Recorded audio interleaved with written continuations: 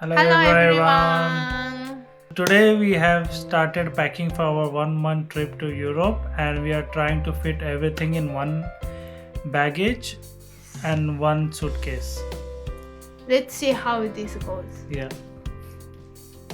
Starting with cloth, we are trying to pack as light as possible. Some places like churches have dress codes, so I'm bringing longer outfits just in case. I wanted to bring more summer clothes, but I'm trying to keep it realistic.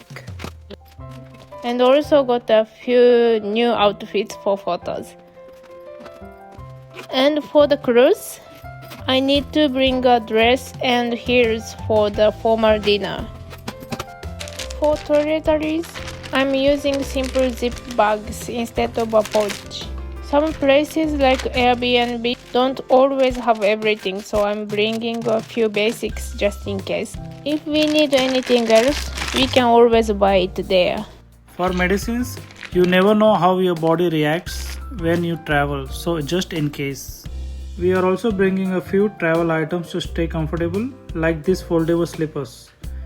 We feel comfortable in these little things and can make big difference on long trips. And for safety, we have got a few anti-theft items like this phone strap and a hidden waist pouch. Especially in busy cities, we just want to feel a bit more secure.